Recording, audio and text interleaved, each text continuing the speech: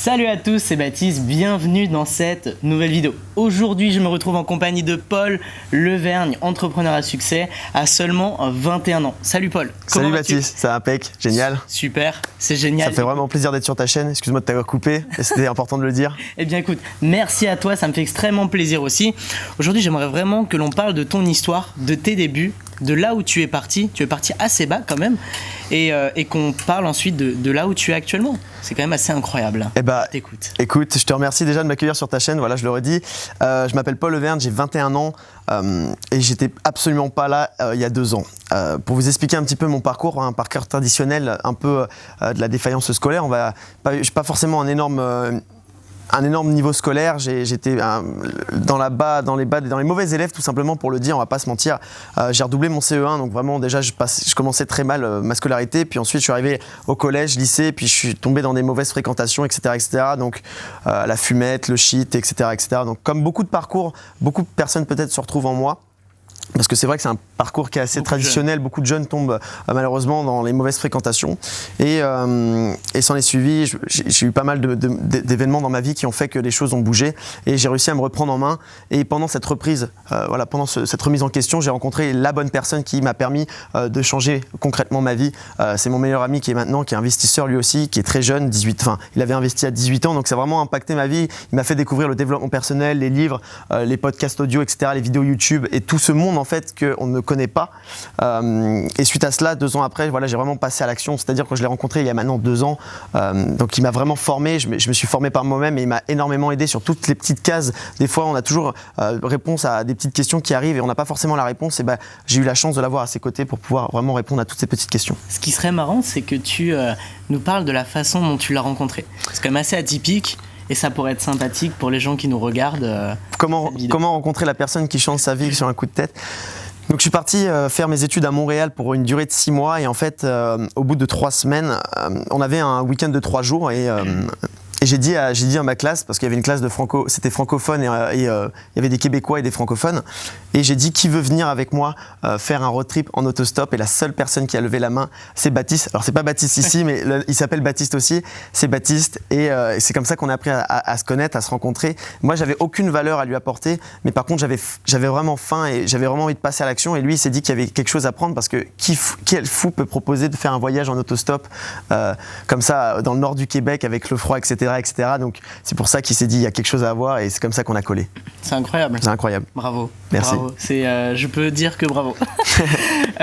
Où est-ce que tu en es maintenant ? Qu'est-ce que tu as mis en place ? Parce que du coup tu t'es formé, tu as fréquenté des gens inspirants, puisque voilà, l'environnement c'est la première des choses. Très important. De fréquenter des gens inspirants, impactants, et qui a changé ta vie du coup. Bien sûr. Donc qu'est-ce que tu as fait en place ? Qu'est-ce que tu as mis en place ? Qu'est-ce que tu as fait ? Alors qu'est-ce que j'ai fait en place ? Alors pour vous expliquer un petit peu mon parcours, pour finir, je voulais faire une école de commerce, mais je me suis rendu compte que c'était vraiment pas fait pour moi, et j'ai quand même candidaté pour les écoles et je n'ai pas eu mon concours. Parce que je vous l'ai dit, je suis un mauvais élève, et là sur un coup de tête, je suis parti faire un tour du monde en solitaire, vraiment tout seul, et je me suis vraiment formé sur l'immobilier à ce moment-là, bien précisément. Donc voilà, pendant toute cette partie où je n'étais pas chez moi, j'étais sur mon petit téléphone le soir et je me formais, que ce soit des podcasts, des vidéos YouTube, etc. Peu importe, tous les moyens en fait possibles. Et quand je suis revenu en France, je suis passé massivement à l'action. Donc j'ai commencé à visiter des immeubles. C'était un peu la cible.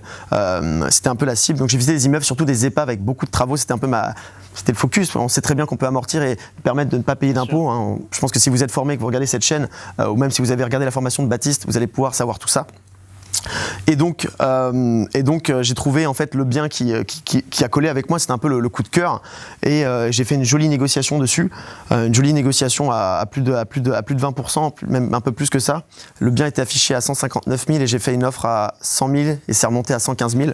Donc une belle négociation, avec une rentabilité à peu près à 11%, avec une colocation et un appartement en courte durée. Tu penses au niveau du cash flow que tu seras à combien, donc l'excédent que tu vas avoir une fois paiement du crédit et des charges ? Bien sûr, alors à peu près 900 € de cash flow. Ce qu'il faut savoir, c'est que j'ai négocié un différé de 2 ans pour me créer un excédent de trésorerie pour pouvoir enchaîner les projets. Donc moi, ce qu'il faut savoir, c'est que l'immeuble génère à peu près 2100 € par mois. Donc à peu près 2000, si on enlève les charges, etc., à peu près 2000 net en LMNP au réel dans ma poche. Et le différé de crédit, c'est une grosse stratégie puisque vous pouvez prendre entre quelques mois jusqu'à 36 mois et ça vous permet de faire une grosse trésorerie. Et ensuite, soit on la met en apport pour un autre bien, soit ça nous fait une épargne de précaution. Toi, c'est quoi le plan dans le futur ? Alors moi, le plan déjà, c'est de me créer un peu de trésorerie pour pouvoir déjà enchaîner sur les projets futurs, mais aussi, comme je vise du meublé, avoir de l'épargne pour pouvoir payer les meubles pour les prochains. Parce que moi, ce qui s'est passé, c'est que quand je suis allé voir mon banquier, on en parlera si tu veux, tu pourras me questionner par rapport à ça, je lui ai proposé un financement à 110%. Il était un peu réticent. Je lui ai dit, écoute, moi je veux bien apporter donc, les frais de notaire. On parle juste de frais de notaire, donc à peu près à 9 000 €, quelque chose comme ça. Mais par contre, je veux 2 ans de différé. Parce qu'à la base, je lui ai dit, écoute, je veux faire un financement à 110%, mais il m'a dit, je peux te donner 6 mois de différé. Je lui ai dit, moi, je veux un maximum, quitte à payer les frais de notaire, parce qu'au final, c'est 9 000 mis ici, mais c'est derrière une grosse trésorerie qu'on va récupérer. Surtout qu'ils dormaient sur ton compte et que tu avais la chance de les avoir. Voilà, exactement. C'est pas une chance, c'est juste que remise en question, travail et surtout, sachez épargner. C'est la base, c'est le B.A.-ba. Payez-vous en premier. Payez-vous en premier. c'est la base de la base. Et du coup, qu'est-ce que tu fais actuellement maintenant ? Tu voyages ? Tu es en France ? Actuellement, donc, je suis en alternance en gestion de patrimoine à Paris dans une école privée. D'accord. Donc je vais faire ça pendant 1 an. Et j'ai pour objectif de monter mon entreprise de gestion immobilière l'année prochaine. Voilà. Donc c'est quelque chose qui t'a réellement passionné du coup ? Ah, j'ai vibré la passion, mais c'est surtout Baptiste qui m'a retransmis cette passion. Parce que moi à la base, je ne sais rien, il m'a juste montré qu'en fait à 18 ans, il était presque rentier parce qu'il a créé une SCI familiale. Il était presque rentier à 18 ans. Et depuis que j'ai rencontré Baptiste, il m'a vraiment donné cette passion de l'immobilier et il m'a vraiment guidé dans le droit chemin à chercher à faire un investissement tout simplement. Il m'a guidé, il m'a poussé, il m'a beaucoup aidé sur... C'est pour ça que c'est très important d'avoir un entourage sérieux autour de soi. C'est dès que j'avais une problématique, etc., je lui demandais toujours des questions, que ce soit sur des annonces sur Le Bon Coin, etc., etc. Donc à 21 ans, tu t'es retrouvé à visiter des biens tout seul, à te rendre chez le notaire, à demander un financement. Comment est-ce que les gens t'ont regardé ? Le notaire, l'agent immobilier, le banquier, comment est-ce qu'ils t'ont jugé ? Alors, au début, ce qui est déjà important, c'est évidemment de se former, on apprend de ses erreurs. Donc quand j'ai fait ma première visite, évidemment, ça dépend aussi avec qui on tombe, mais généralement je me suis fait quand même assez juger les premières fois, mais parce qu'on connaît pas forcément, c'est pas forcément posé les bonnes questions, c'est pas trop regardé, surtout que j'ai aucune notion de travaux. Et après 5-10 biens, tu commences à avoir une certaine expertise, tu commences à repérer où ça va pas, où est-ce que tu vas pouvoir chercher à négocier, etc., etc., etc. Et les gens vont se rendre compte que tu as une certaine capacité à pouvoir identifier les problématiques et tu vas rapidement être pris au sérieux. C'est pour ça que c'est important d'être formé. Ne serait-ce que sur même quand je parle de former, ça peut être très bien des vidéos YouTube, Le Roi Merlin pour savoir comment poser du placo, etc., etc. Je parle vraiment de manière globale.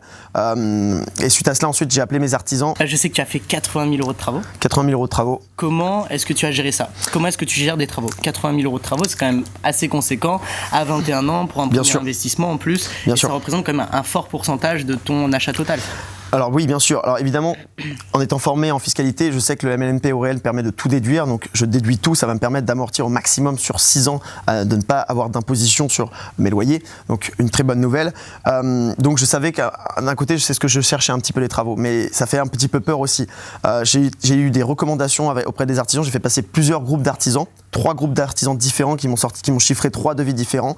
Et en fonction du feeling de chacun, ça marche aussi au feeling, c'est très important. Parce que la confiance, c'est la personne peut avoir un devis très bas, mais si vous n'avez pas de confiance avec elle, ça va être compliqué. Ou vice-versa, si vous savez que la personne est très sérieuse, mais que le devis est très haut, ça va être compliqué parce que la rentabilité va être impactée. Donc il faut vraiment trouver le juste milieu confiance et bon rapport qualité-prix pour avoir un maximum de performance au niveau de la rentabilité. Puis il y a plein d'applications en plus maintenant qui nous permettent de trouver les meilleurs artisans, qui sont notés avec plein de commentaires, de reviews, d'historiques. Et puis... Voilà, est-ce que tu aurais peut-être 2-3 conseils pour trouver un bon artisan, puisque c'est quand même hyper important ? Alors, déjà des recommandations. Vous avez toujours Tati, belle-mère ou une personne de votre famille qui, si vous êtes dans le même coin, tu peux très bien lui demander est-ce que tu as refait ta salle de bain, qui l'a refait, combien il t'a coûté, déjà d'analyser le devis pour voir si c'est cohérent avec ce qui avait déjà été fait ou ce que tu peux faire et savoir déjà si la relation, si le feeling est bien. Il suffit juste de parler autour de vous, que vous recherchez un groupe d'artisans, etc., et vous allez vite amener à trouver des petites pistes. Moi je conseille honnêtement pas le fait de prendre des artisans sur le web et les appeler, allez voir directement l'agence si vous ne trouvez aucune solution ou si vous investissez pas dans votre coin, appelez directement l'agence avec lequel il les a vendu le bien et demandez-leur s'ils n'ont pas des recommandations ou même une autre agence, hein, tout simplement. Moi, ce que je peux vous conseiller pour la sélection d'un ouvrier, ou tout simplement d'une prestation de travaux, c'est tout simplement de demander les travaux qu'ils ont déjà fait. Donc tout simplement le fait de visiter un appartement qu'il a déjà rénové, et ça nous permet d'avoir un aperçu. Ça peut être, tu peux pas mentir. Voilà, c'est une différente stratégie. Ou alors juste, si la personne est déjà bookée au moment où est-ce qu'elle fait le devis, vous passez sur un chantier qu'elle effectue, dont ta stratégie, c'est très idéal. C'est exactement ce que j'ai fait parce que j'avais déjà eu la chance de pouvoir voir un petit peu le travail effectué. Ok. Eh bien écoute Paul, ça m'a fait extrêmement plaisir de t'accueillir sur ma chaîne YouTube. Vous retrouverez d'ailleurs tous les réseaux de Paul dans la description, tout simplement. Merci pour cette petite pub. Sa chaîne YouTube avec grand plaisir, c'est amplement mérité. Et puis, je te dis à bientôt Paul. Merci. Merci à toi. Merci à toi. Et à très vite. Ciao. Ciao. Il était presque rentier à 18 ans, il gagnait, je crois que ça génère un excédent de 1200 €. Et donc voilà. Je suis désolé. Non, ça va pas être dur. Je vais juste se lancer, ça va être bon.